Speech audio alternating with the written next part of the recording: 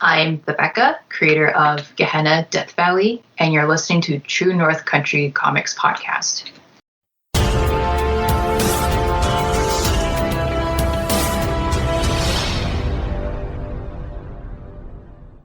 Welcome to the True North Country Comics Podcast, dedicated to promote Canadian comic book creators and supporters. I'm John Swinimer. If you want to drop me a line, you can contact me at john@truenorthcountrycomics.com. On this episode, I chat with Becka about Gehenna, Death Valley, the graphic novel. This podcast is available on Apple Podcasts and Google Podcasts. It's also available on the True North Country Comics channel on YouTube. I invite you to like and subscribe. Becka is a freelance artist, color flatter, and colorist from Ontario. She also creates her own horror, darkly inclined comics and art.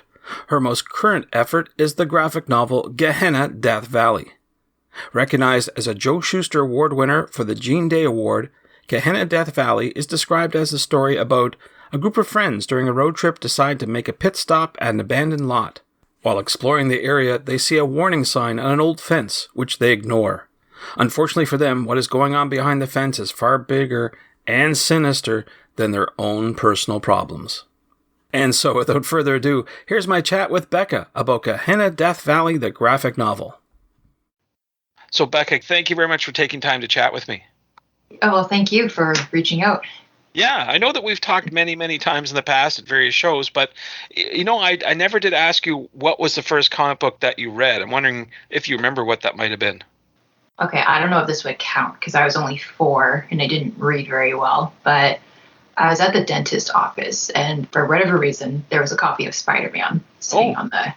Yeah, but I got sucked into it right away just with looking at the pictures and whatever captured my 4-year-old brain at the time. I decided I like Spider-Man, so there you have it. And then I guess the logical answer when I could read better would be Calvin and Hobbes. Oh, right, yeah. Very popular for sure. Mm-hmm. So that being said, I mean, those are great inspirations, but we're wondering who or what inspires you to create today? For today, like what inspires me? Just anything. Yeah. And there's a variety of things. We have all types of media around us. I'm just wondering what might inspire you, 1 or 2 things. Oh, no, I mean anything. That's what I mean. Just anything in general. I just don't look at one specific place or, just whatever I come across in my day-to-day life. It can be an inspiration. Okay. Do you have any special books that you have on your bedside table that you're reading? Well, I'm still reading a lot of Junji Ito comics. Mm-hmm. And what else am I reading? Just occasionally some H.P. Lovecraft, depending on what mood I'm in. And sure. I guess not so much comics these days, but it will start up again just with the pandemic and that, like, you get distracted by other things too. Right. So yeah, I tend to go through cycles where there's a period where I'm just reading a bunch of comics and another period where I'm watching a bunch of things on Netflix, whether like shows or movies. And I guess I've been in a Netflix kind of mode. Right, exactly. Yeah, there's lots of different things to inspire us today, that's for sure. Mm-hmm. So we're here talking about your latest project, Gehenna, Death Valley, which won the Jean Day Award for self-published comics at the Doug Wright Award. So congrats on that. That's an amazing achievement. So congrats. Thank you. Thank you so much. That was a nice little surprise there during December. For sure. Now, we've talked about Gehenna, Death Valley in the past as an ongoing project, but now it's going to be a graphic novel. So maybe to get things started, can you describe the story? When someone asks, what's it about at a convention, I've just used this simple pitch. It's like Scooby-Doo goes to hell, except there's no dog, no mystery machine, and the monsters are 100% real. So just if you're fans of monster movies or just monsters in general and body horror and some sci-fi thrown in, you might enjoy Gehenna. Very good. Yeah, so I guess like it started out inspired kind of like Scooby-Doo, but it's not Scooby-Doo at all. As the story progresses. And then also, I guess the beginning was like the giant bug movies from the 1950s, like Tarantula or, when people thought like there's going to be giant bugs or something from atomic whatever back then. So yeah. Cool. Now you've been working at this for a while. I know that we have talked about this in the past and people can go back and listen to some of our interviews, but this is the time now that you've got it all complete. so to speak, in one package, deluxe graphic novel. Mhm. Can you tell me how that came to be and what are your plans for that book? Well, I had in 2019, before everything happened, I made a small print run. I just took money from my own pocket and made a small run of like 100 graphic novels. I live pretty close to Studio Comics Press, the shop, and got them printed there. And that shop, they print anything, but they specialize in comics, both in floppies and graphic novels. So got that done quickly, sold it at the Fan Expo 2019. And well, as of now, there are only 9 copies left of the first edition. So, very good. Yeah. So after the Schusters announced the winners and that, and I looked at my inventory and I'm like, I have very few copies left. Well, at the time it was like 20 or 19. I think it was 20, somewhere around that mark. And I'm like, I need to make more. So eventually, after talking to friends, I decided to go for a Kickstarter campaign for the second edition and make a bigger deal out of it, because it won the award. There's a lot of people out there who haven't read the book yet. Mm-hmm. And yeah, I have it online, but there are differences between the book and the web version. And also in the book, there are 12 extra pages that have not been seen online. Ah, okay. Another reason for buying the book. Yep. Okay. And there's new cover art for this second edition too. And there'll be book upgrades, which is also what I want to do with this reprint. Mm-hmm. Mm-hmm. Yeah. No, a lot of people don't realize that you're taking money out of your own pocket to get these printed, which is astounding in itself. You're doing your own work and you're trying to get this book published. So it is a sacrifice in many ways. Yeah. And I heard that planning is also a big part of a Kickstarter campaign. Making sure you have all the I's dotted and T's crossed. Did you come across any issues or obstacles in how you got your Kickstarter accomplished? Well, I resisted doing a Kickstarter for a long time because, there's half the Kickstarters I see that are successful and the other half that aren't. And I just knew this was something, there's no way I could do this completely by myself. So I do have people helping me. Shout out to Sam Noir and also Matt Ingram and also Alfonso Espinos of Studio Comics. Without the three of them, I wouldn't have the knowledge that I have and also the help that I got from them. And so thanks to their expert advice, it was part of the contribution to the successful campaign, which was funded shortly after noon today. That's great. Congrats on that. Yeah. Thank you. So it was a little bit over 48 hours since the campaign launched. So I guess it certainly pays off to have a community behind you. Get involved. Make sure you know who the players are, so to speak, and who can help you and assist with some of the sort of critical components, I guess you could say. Yeah, it definitely helps for sure. Because oh man, if I was doing this by myself, I don't know what I would have done, but who knows how many breakdowns would have had at this point. Oh, no. Well, you succeeded in getting your Kickstarter done, so that's a great accomplishment. So there you go. Good stuff.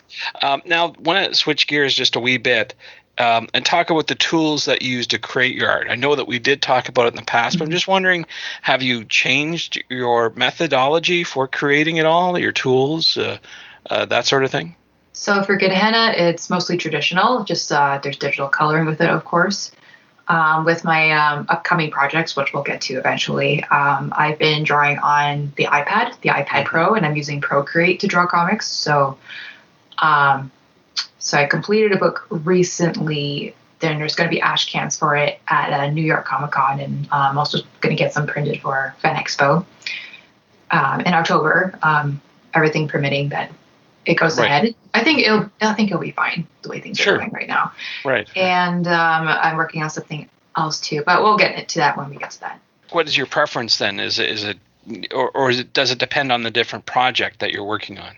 It depends on the project. I think for comics, I prefer digital because it's much faster for me. And where traditional, I still like doing traditional, but it's a somewhat, when I flip between the two, it's a bit more laborious. It's depending on what it is. So sure. Yeah. And you get enough sort of feedback using the Apple Pencil on the iPad Pro? Yeah, it feels very natural, and that's what I like about drawing digitally. Like, it doesn't feel like I'm drawing on a computer. I have total control of it, as weird as it sounds, but no, not yeah. at all. Not at all. And the application you're using is Procreate. Does that do the job for you? Has enough sort of flexibility to accomplish all that you want to do? Oh yeah, it's like Apple's version of Photoshop. I feel like I have more flexibility when I color things compared to Photoshop, but it could be just the way the setup is that I currently have. But I flip between both programs, but I think for the one project that hasn't been colored yet, I think I might color it on Procreate, but we'll see. We'll see how I feel about that. Yeah. Good to hear. Good to hear. Now, you did mention that you'll be exhibiting at a variety of events coming up, and one of them being Fan Expo. As everyone knows, we've been in this lockdown COVID experience for months on end without having an event to go to. This is probably one of the first ones that are coming along that, knock on wood, will actually happen. I'm wondering, what are your expectations for this show? Do you have any thoughts in mind as to how you approach it, or what you hope to accomplish at the event? Obviously it'll be smaller and more controlled, which is fine. And I will definitely be wearing a mask. I'm fully vaccinated, of course. I want to get vaccinated. It's so important to be vaccinated at this point without saying too much. There's people close to me who are frontline workers, and just hearing the stories they come home with, like, right, for real, you do not want to get COVID. So go get vaccinated. Definitely. Yeah. So I'm just, as soon as the vaccines became available, I just went out, got it done, and I'm so happy. So happy. Sure. To get that, and I'm happy to go back out there to shows. I'm generally an introvert, so but at the same time, I'm just anxious to get back out there with new product, and but I'm going to keep it somewhat small scale, definitely with the upcoming Ash Can, but also with promoting the deluxe edition of Gehenna. So the books I doubt they would be ready by then. I'm trying to leave a long enough window for printing and shipping, because this is my first Kickstarter ever, and I don't know what to expect once the fulfillment part comes in. So I'm just leaving extra space in case any hiccups happen. But overall, the story's done anyway, so there doesn't have to be that much of a long wait. But yeah, if anyone's expecting books to be printed by Fan Expo in October, I can't guarantee that, but we'll see. What I'm curious to know what you'll have to offer to attendees who come by your table at the show. Oh, okay. So the one Ash Can is for an upcoming book that I co-created with Bob Sally, and it's edited by Drina Joe, and the book is called The Beholden. So it's basically we're pitching it like a supernatural Die Hard, like Die Hard. Oh, okay. Yeah, and Supernatural, the TV show. So that's the Ash Can that we'll be promoting. So Bob will be promoting it at New York Comic Con, and I'll be promoting it at Fan Expo. So there's something new as far as sequential art goes, and I'll have art prints. I'll be doing commissions. Just keeping it light. Right. Sure. Yeah. Be curious to see how things play out. I understand that you don't want to have a lot of product there, just in case you can't move it. That's one thing you don't want to have around. For sure. But it's nice to have something for attendees who drop by. What about your interest in networking with others? Do you think that'll be an opportunity at this event, or do you think you'll be totally locked down at your table? Oh, I think there'll definitely be networking opportunities, because that is the big reason I love Fan Expo in general, but also that the big draw for me for Fan Expo is the networking, and it's one of the best shows to go to for networking by far. Sure. Right. Exactly. Now, you mentioned that you do have a book with Bob Sally coming up. I wonder if you have any other projects that you're allowed to talk about at this time. Yeah, sure. So we just did a cross promotion today on Kickstarter in the updates. So another one coming up from Slam Press Tomes. I hope I said the name right. Anyway, so the book is called Dracula Visions. Let me pull up the update here. Oh, there we go. Learning how Kickstarter works. So, yeah. So basically, it's a vampire art gallery publication. No, it's not a telling of Dracula per se. There will be a foreword by Dacre Stoker, Bram Stoker's great grandnephew. Oh, okay. Mm-hmm. Yeah. So the project is run by Martin Slam Duncan. He's responsible for the Sketchelmania streams that he put together during COVID, like on Facebook Live, on monthly shows featuring a bunch of artists, and we would draw something and then put it up for charity later on.